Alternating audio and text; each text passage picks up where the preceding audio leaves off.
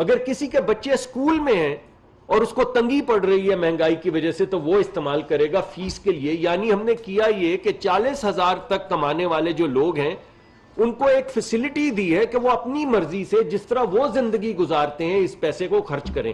اگر ہم صرف پیٹرول کی نوزل کے اوپر سبسڈی دے دیتے تو صرف گاڑی والے یا موٹر سائیکل والے جو اشخاص ہیں ان کو ملتا. یہ باقی 80%، اگر مان لیں کہ ان غریب لوگوں میں 20% لوگوں کے پاس موٹر سائیکل ہے تو 80% لوگوں کے اوپر جو بوجھ پڑنا تھا اس کا کوئی اور طریقہ کار نہ رہتا.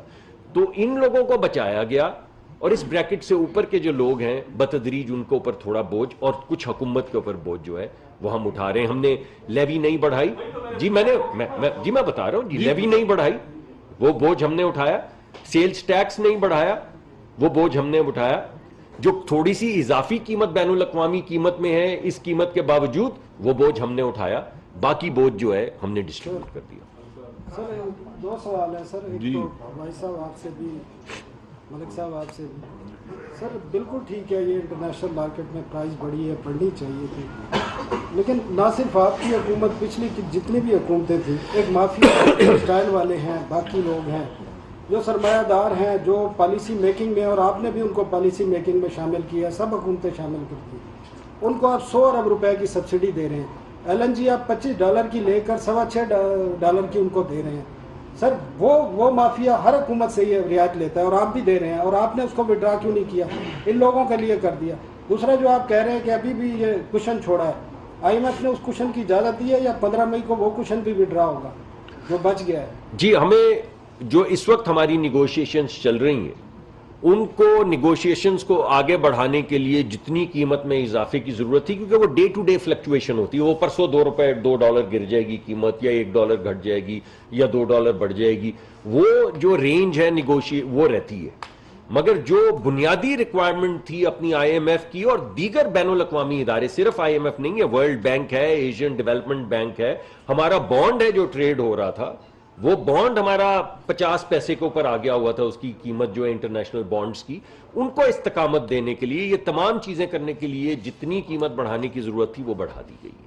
بھائی صاحب اصل سوال بتائیں نا، 100 ارب کی آپ دے رہے ہیں. میرے بھائی 100 ارب کی نہیں دے رہے. ایکسپورٹ انڈسٹری کو، جس سے ہمیں ڈالر ملتے ہیں، جس سے ملک میں روزگار پیدا ہوتا ہے، جس سے ملک میں ترقی آتی ہے، ہمیشہ سے پاکستان جو ہے اپنی جو گیس ہوتی ہے ایکسپورٹ انڈسٹری کو دیتا ہے تاکہ وہ انٹرنیشنل مارکیٹ میں کمپیٹ کر سکیں. وہی طریقہ کار آج بھی ہے، بلکہ آج اس کو آدھا کر دیا گیا ہے. یہ جو بات ہے جو میں نے پیٹرول ڈیزل کی بات کی، یہ سبسڈی نہیں ہے، اضافی قرضہ ہے ملک کے لیے، اور اس کا حجم اتنا زیادہ ہے، جو رقم میں نے آپ کے سامنے رکھی ہے 2,500 ارب تک سالانہ، وہ کوئی ملک کی معیشت برداشت نہیں کر سکتی. تو ہم اس کام میں نہیں پڑ سکتے جو دنیا کا کوئی ملک بھی نہیں کر سکتا. ہمیں اس بات کا احساس ہونا چاہیے، یہ معمولی باتیں نہیں ہیں. یہ ملک جھوٹ سے نہیں چلتے، ملک جھوٹے وعدوں سے نہیں چلتے، ملک ٹویٹ سے نہیں چلتے، ملک حقائق پر چلتے ہیں. اور جہاں آج ہمارا ملک ہے اس کی معیشت کے معاملات کافی مشکل ہیں، ان کو استحکام دینے کی کوشش حکومت کر رہی ہے. اگر آپ کی اجازت ہو تو میں آپ کو ایک تھوڑا سا کنٹروورشل جواب دینے کی کوشش کرتا ہوں. آپ سے مشکل پڑتی مجھے، لیکن میں کوشش کروں گا جواب دینے کی. دیکھیں، کچھ فیصلے تو آپ کو پالیسی کی سطح پہ کرنے ہیں. اگر آپ کے پاس ایک ایسٹ ہو جو لمیٹڈ ہو یا ختم ہو رہا ہو یا ڈپلیٹنگ ہو، تو آپ اس کی ایلوکیشن کہاں کریں گے؟ آپ اس کی ایلوکیشن وہاں کریں گے جہاں پہ سب سے زیادہ پروڈکٹیوٹی بڑھتی ہے. پروڈکٹیوٹی بڑھنے کا کیا مقصد ہے؟ ملک کے اندر پروڈکٹیوٹی بڑھانے کا طریقہ ہوتا ہے کہ ملک کی صنعتی جو فٹ پرنٹ ہے اس کو مضبوط کیا جائے. یہ لیکن ایک پالیسی میکر کو اس سے کیا غرض کہ ملک کی پروڈکٹیوٹی بڑھے؟ وہ غرض ہماری یہ ہے کہ جب ملک کی پروڈکٹیوٹی بڑھتی ہے اور کاروبار میں چھوٹے بڑے کاروبار بڑھتے ہیں تو لوگوں کو نوکریاں ملتی ہیں، لوگوں کے گھروں کے اندر انکم آتی ہے، لوگ جو ہیں اپنے بچوں کو پال سکتے ہیں، ان کو صحت فراہم کر سکتے ہیں، ان کو اسکول بھیج سکتے ہیں، اپنے بزرگ ہیں ان کی خدمت کر سکتے ہیں. تو ایک طرح سے ایک بیلنسنگ ایکٹ ہے کہ آپ نے جو رائٹس ہیں، یعنی لوگوں کو جن چیزوں کی ضرورت ہے وہ بھی فراہم کرنی ہے، مگر ان لوگوں کو جن کو آپ گیس فراہم کر رہے ہیں روزگار بھی فراہم کرنا ہے. اس روزگار کو فراہم کرنے کے لیے جو آپ کو پروڈکٹیوٹی چاہیے اس کو آپ نے انرجائز کرنا ہے. تو آپ ایک پورٹ فولیو بناتے ہیں کہ کچھ آپ کی گیس جو ہے وہ ان سیکٹرز میں جائے جس سے ملکی پیداوار یا ملکی پروڈکٹیوٹی بڑھے. یہ ایگریکلچر میں بھی ہم کرتے ہیں, یہ صنعت کے اندر بھی کرتے ہیں, کیونکہ دو بڑے یہ ایسے ایریاز ہیں جس میں ہمارے ملک کے اندر روزگار لوگوں کو ملتا ہے. ہمارے ملک میں روزگار ملتا ہے لوگوں کو دیہی علاقوں میں, کسانوں کو ایگریکلچر میں, اور شہری علاقوں میں یا پیری اربن ایریاز میں, انڈسٹریل ایریاز میں مزدوروں کو ملتا ہے, کام کرنے والے لوگوں کو ملتا ہے. تو اس پیداوار کو بڑھانے کے لیے ہم ایک پورٹ فولیو بناتے ہیں کہ کچھ اس کو پش کرتے ہیں تاکہ لوگوں کو نوکری ملے, کچھ اس کو پش کرتے ہیں تاکہ ملک کا ایگریکلچر بہتر ہو, تاکہ لوگوں کی حالت بہتر ہو. اس کا کبھی بھی مقصد یہ نہیں ہوتا کہ آپ کسی ایک کو سبسڈی دے کے صرف امیر کرنے کی کوشش کر رہے ہیں. اس کو لنک کرتے ہیں آپ ایکسپورٹ کے ساتھ تاکہ آپ کی پروڈکٹیوٹی بھی ان ایریاز میں بڑھے جس سے آپ کے ملک کی ایکسپورٹ بڑھے. اور یہ جو ہر وقت ہمیں 5-4 سال کے بعد ایک مصیبت آ جاتی ہے ایکسٹرنل سیکٹر کی, یہ حل ہو. ہاں جی پوچھیں جی پوچھیں. مشکل فیصلہ کر لیا کہ 60 روپے 6 دنوں کے اندر بڑھا دیا پیٹرولیم پرائسز. ایک اور مشکل فیصلہ کر لیا کہ اس ملک کے جو بڑے بڑے اہم عہدے ہیں, ادارے ہیں, ان کے لیے 50% ایٹ لیسٹ کٹ کر دیں. ان کا جو فیول کی جو فیسلٹی ہے, جس میں بیوروکریسی بھی ہے, جس میں ججز بھی ہیں, جس میں جنرلز بھی ہیں, جس میں یہ تمام گورنمنٹ کے ادارے شامل ہیں. اس پہ ڈیمانڈ کریں گے آپ پرائم منسٹر بھی رہیں؟ یہ تجویز ہم دے دیں گے, کابینہ کو دے دیں گے آپ کی تجویز. میں پھر گزارش یہ کروں گا کہ پوری وفاقی حکومت جو ہے یہ سال میں 520 ارب خرچ کرتی ہے. اس 520 ارب میں مجھے صحیح علم نہیں ہے, 30-40 ارب پیٹرول کی مد میں خرچ ہوتے ہوں گے پورے سال میں. اس لیے وہ رقم اتنی بڑی نہیں ہے جس سے اس بات کو درست کیا جائے. لیکن سمبولک بات آپ کی بات بالکل درست ہے, یہ بات ہم رکھ دیں گے, لیکن یہ اس مسئلے کا حل نہیں ہے.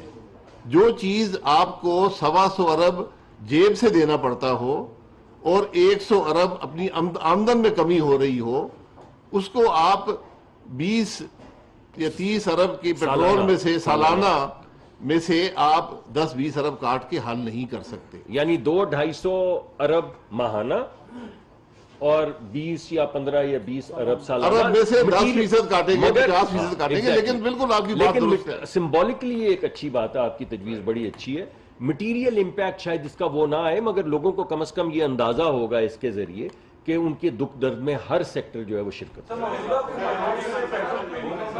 جی ہاں, یہ آپ کا یہ سوال, یہ میرا فیوریٹ سوال, اگر آپ اجازت دیں تو اس کا میں سر ایک, اگر آپ اجازت دیکھیں میں سناتا ہوں. وہ کہہ رہے ہیں کہ آپ روس سے پیٹرول کیوں نہیں لیتے. یہ بہترین سوال ہے صاحب. بات یہ ہے کہ ایک دن ہمیں پتا چلا جب حکومت ختم ہو رہی تھی, اس سے کچھ دن پہلے, کچھ ہفتے پہلے نہیں, کچھ دن پہلے, جو اس وقت کے وزیر تھے انہوں نے ایک خط لکھا, روس کو خط لکھا اور ان کو کہا کہ ہم آپ سے تجارت بڑھانا چاہتے ہیں, اور کچھ انہوں نے سیکٹرز بتایا کہ اس میں بڑھانا چاہتے ہیں, اس میں بڑھانا چاہتے ہیں, اور پھر ان کو یہ کہا کہ ہم یہ بھی چاہتے ہیں کہ آپ ہمیں جو پیٹرولیم پروڈکٹس ہیں وہ اس کی تجارت بھی ہمارے ساتھ بڑھائیں, اور اگر کچھ آپ اچھے ریٹس ہمیں دے سکیں تو وہ ہمیں دے دیے جائیں. بہت اچھی بات تھی جی. تو ہم نے سوچا کہ جب بھی آپ سارے صحافی ہیں, آپ جاتے ہیں, جب بھی دو ممالک کے درمیان میں کوئی بات چیت ہوتی ہے, طے ہوتی ہے, اس کے کوئی منٹس ہوتے ہیں. ایک ایم او یو ہوتا ہے نان بائنڈنگ. جب کانٹریکٹ تیار نہیں ہوتا تو وزیر اعظم کی سطح پہ یا وزیر توانائی کی سطح پہ جب دو ممالک میں گفتگو ہوتی ہے سستا تیل خریدنے کی, تو اس کا ایک non binding M O U ہوتا ہے کہ ہم نے اگری کیا. بائنڈنگ نہیں ہے یہ کسی پہ کوئی کانٹریکٹ نہیں ہے کہ آپ نے یہ اب دینا ہی دینا ہے, مگر ہم نے نان بائنڈنگ ایک کاغذ لکھ دیا, سفید کاغذ پہ دو لوگوں نے سائن کر دیے کہ یہ بائنڈنگ نہیں ہے, لیکن ہم سستا تیل آپ کو دیں گے. اور ہم نے کہا ہم سستا تیل, کوئی non binding M O U نہیں ہے, کوئی منٹس موجود نہیں ہے, کوئی کانٹریکٹ بائی لیٹرل اگریمنٹ موجود نہیں ہے. چلے مانے لیتے ہیں کہ یہ سب تو بالکل ایسے ہی ہے, ہو جاتا ہے کبھی کبھی ایسے. تو ہم پی ایس او کا ٹینڈر ہر 15 یا 20 دن کے بعد کرتے ہیں، جس کے اندر پوری دنیا کے ٹریڈرز انکلوڈنگ چاہے وہ روس سے ہو کہیں سے ہو، وہ ٹریڈرز آ کے بڈ کر سکتے ہیں۔ میں آپ سے یہ سوال پوچھتا ہوں کہ اگر 30% سستا تیل مل رہا ہے تو پی ایس او کے ٹینڈر میں 30% سستا تیل کی بڈ کیوں نہیں آ رہی؟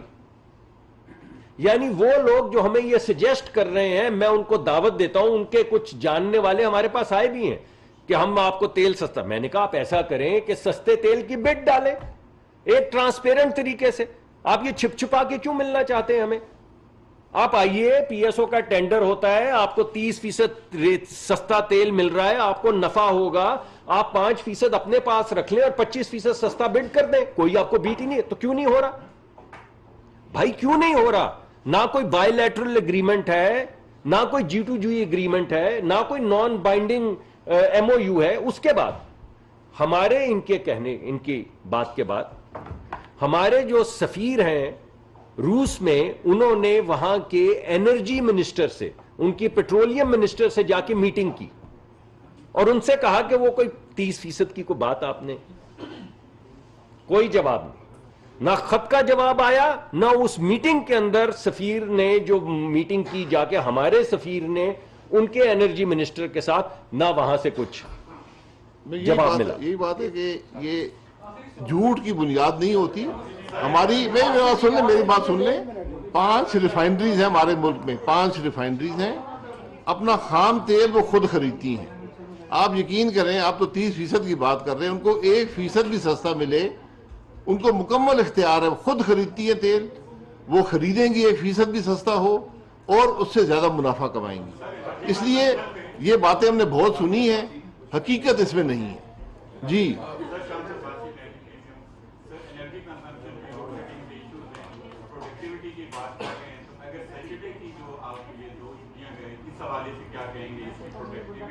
یہ وزیر اعظم صاحب نے فیصلہ کیا تھا کہ ملک میں کام زیادہ کرنے کی ضرورت ہے، تو 6واں دن بھی ہمیں کام کرنا چاہیے۔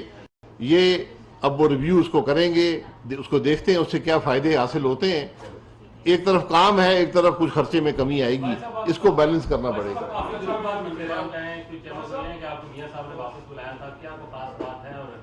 کوئی چھ مگوئیاں نہیں ہیں، میں ملک میں نہیں تھا پچھلے 10 دن، یہ بالکل حقیقت ہے۔ جتنی بھی حکومتیں آئی ہیں تو ہم تقریباً 22 دفعہ گئے ہیں IMF کے پاس، ابھی تک ایک بھی معاہدہ جو ہے وہ ہم نے پارلیمان کے اندر لے کے نہیں آئے ہیں۔ تو کیا حکومت کی ایسی مجبوری ہوتی ہے کہ وہ IMF کے جو معاہدے ہیں پارلیمان کے اندر لے کے نہیں آتے؟ دوسرا میرا سوال یہ ہے کہ آپ نے سبسڈی دی ہے پیٹرول کے اوپر، حالانکہ جو بڑی گاڑیاں ہیں وہ چلتی ہے ڈیزل کے اوپر، اور جو آپ نے 2000 روپے میں انکم سپورٹ پروگرام کے بعد میں آپ دے رہے ہیں، تو ان لوگوں کے پاس تو نہ موٹر سائیکل ہے، نہ ان کے پاس گاڑیاں ہیں، اسی لیے تو کیش دیا ہے بھائی، اسی لیے تو کیش دیا ہے، استعمال کر سکیں نا۔ اسی لیے جو آپ کے سوال میں ہی آپ کا جواب ہے کہ جس بیچارے کے پاس موٹر سائیکل گاڑی ہے ہی نہیں، اس کے اوپر بھی تو مہنگائی کا بوجھ پڑا ہے، اسی وجہ سے اس کو کیش دیا ہے۔